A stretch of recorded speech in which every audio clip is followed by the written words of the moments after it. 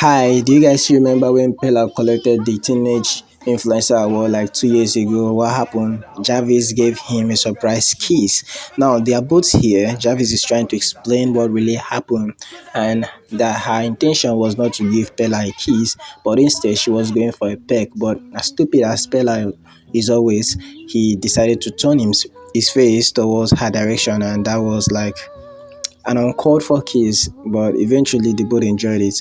So I'm gonna leave you to watch and try and see for yourself if this is what actually happened that day. And also they are addressing people on Twitter always coming back at them whenever they are doing something similar to this. And maybe you'll just hear what they have to say about that angle. But still, as you subscribe to the channel, follow the page, and follow me on Facebook. Share this video. You don't have to allow this video slide. Let me know, and I'm here to meet you on the next one. So this is what makes life divine.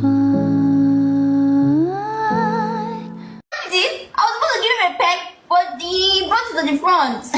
Now all that Swiss people also buy so that I want them. Other one don't get shibo. Some people know they go office. Now to the time of Swiss, if they pay. Swiss money they pay them. They said I settled for Calm down.